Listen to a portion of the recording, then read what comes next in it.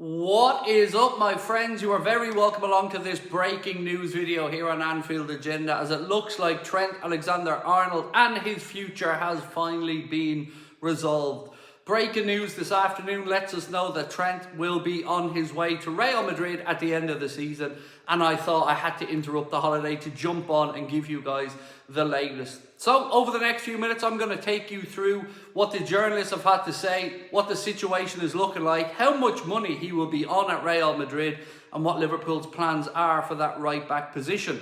As always though, we want to know your thoughts, so please do let us know in the comment section. Drop a like on the video if you enjoy it, although let's be honest, it isn't the most enjoyable topic to be discussing.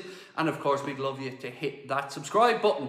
So let's start off with how this news started to break today. As always with these things, it starts to trickle out and then it becomes an avalanche of information. It started off with the likes of Fabrizio Romano, the Spanish accounts, which of course all the way through have been very confident that Trent will become a Real Madrid player. So I'm going to start reading you through some of what the journalists have had to say, and then of course I'll finish up by giving you my take on the whole situation. So it started off with our good selves at Anfield Agenda posting that Trent Alexander Arnold to Real Madrid deal is on, and that is according to Fabrizio Romano as well. After that, we had David Ornstein coming out to say Real Madrid working to close deal to sign Trent Alexander Arnold on a free. Real Madrid must inform Liverpool when done. Not happened yet. Spaniards monitoring 26-year-old right back for 2 years. Then we moved on to speak about Fabrizio Romano again, saying Real Madrid and Trent deal now at final stages. All parties are confident to get the agreement over the line. And as the day went on, this became more and more apparent. You see more journalists jumping in here. Ben Jacobs said Trent Alexander-Arnold has decided to join Real Madrid. Again, according to him and his information, said nothing formally signed yet, but Liverpool are aware of Trent Alexander-Arnold's decision. It goes on to say that Liverpool, well, they lost out on Trent for £220,000 per week. Now, there have been some reports to say that Liverpool offered Trent 320 grand a week to stay, but he decided to sign on at Real Madrid for £220,000. Now look, this is where I start to get a little bit cold-hearted with all of this, because you know my take on it. I've been saying Trent's been doing the cowardly thing all the way through this situation, and people have once again said to me, you know, you don't understand, you don't realise, you don't know. I'm telling you, I might not be the most in-depth football knowledge person in the world when it comes to actually gathering up this information and breaking news stories, but I can read body language and I can read the situation, and it's always been apparent that Trent's heart was going to be in Real Madrid. I don't know whether this is because of a lack of ambition being shown by the owners. That will come out in due course. There's talk about Virgil van Dijk, and we'll move on to that in a minute. But it certainly isn't a great look. What was all this? Again, what was all this, Trent? What was all this? Nothing. Exactly. Just him looking after number one. And I've said that all the way through this process. It's not for me to tell Liverpool fans how to feel about this, but I can tell you how I feel about it. And I feel betrayed, because he's taken the cowardly route. No surprise to me that this comes out during the international break, where of course everybody's dispatched all around the globe doing their bits and pieces. These stories always have a habit of coming out during this time. And as the day has gone on, more and more people have started to pile in on this. But if Liverpool have offered Trent what's been reported here, which was £320,000 per week, which would have made him the highest paid English player in the Premier League, why didn't he sign? It's because he'd no intention of ever signing, and that was my point all the way through this. Many of you who've joined me on streams will have heard me saying things like, it doesn't take 9 months to make a decision. This decision, whether they'll ever admit to this or not, will have been made a long time ago, and Trent will have known what was up. And all this stuff from David Lynch, The Echo, and all the other journalists who were out there trying to say that this was all in the balance is absolute nonsense, like again, I've tried to say all the way through. I get that sometimes people can think that I'm negative, but I'm not. I'm a realist, and I try to look at these situations and I try to give you the honest, unfiltered truth in them as I see them.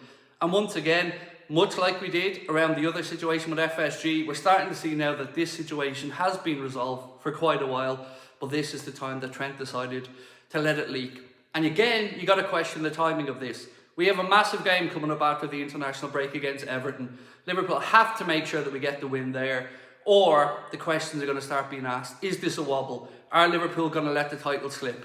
I'll answer that for you quickly. No, we're not. Can't say we're going to beat Everton or not, can't read the future, but I can tell you we will win this Premier League. And on that, before we finish up with Trent, I want to move on to our captain, Virgil van Dijk, because this piece here said from Fabrizio Romano, Liverpool and Virgil van Dijk are pushing to renew and both sides are optimistic of getting a deal done. So hopefully we can keep our captain. Everybody's psychologically prepared for Trent leaving for quite a while. Like I said at the start of this video, I'm not going to tell you how to feel about the Trent situation. That's up to you to decide. But this is now another failure from FSG as an ownership group. They haven't got the contract sorted out. They've allowed Trent to walk out the door for free. A local, homegrown boy that would have been all pure profit. They shit the bed on and Trent now leaves for free. You can't be happy about that as a Liverpool fan. You shouldn't be happy about that as a Liverpool fan.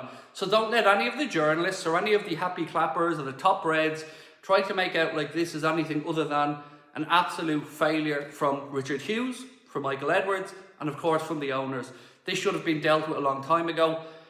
For people who are supposed to be so clever, how do so many players leave our football club for free? Time after time, season after season, deals run down and they walk out the door for free. Now let me ask you this, folks. Do you think that they are going to go out there and bring in a right back that's the calibre that we need to fill Trent's shoes? No, they're going to use Conor Bradley. And that's already seemingly what's being put out here by the likes of Ornstein, who said that Liverpool are confident in Conor Bradley. I'm confident in Conor Bradley. You're probably confident in Conor Bradley. But are we confident he can stay fit for the whole season? Probably not. So we're going to need a right back. So now, folks, we need a right back. We need to sell 2 or 3 forwards, bring them in. We need a centre back. We need a left back. We need a midfielder. See where I'm going with this? Are you confident that FSU will get this done in the window? I'm not. And we still haven't resolved the situation of Virgil and Mohamed Salah. So all in all, this is the start of what is going to be probably a very frustrating few months as a Liverpool fan. League title celebrations coming up. That's going to be absolutely fantastic. But I don't know what the summer holds. We're going to be told to be optimistic. You're going to be fed lies, manipulated, and all the other stuff that we're constantly bombarded with from the protagonists, as I call them, but probably the apologists is a better way, who try to continuously make excuses for the club. It isn't good enough. You deserve better. We deserve better. That changing room deserves better. And this football club deserves owners of the calibre of which they want to win. Not owners that are happy to just make money, to see the value of the asset go up. It is time for us fans to start speaking out and start demanding what other clubs are getting, which is owners that act accordingly. And our owners are absent, they're not good enough, and they've once again let the fan base down by manipulating us all the way through another season when they would have known that Trent was off. So that is it for me for this video, my friends. I will be back on Thursday live streaming. If anything else develops, I may jump back on. But I want to know your thoughts. So let me know in the comment section. Drop a like if you enjoy it. And I'd love you to hit that subscribe button. Hopefully we get good news on Virgil soon. That is looking positive. We'll talk then. Bye-bye.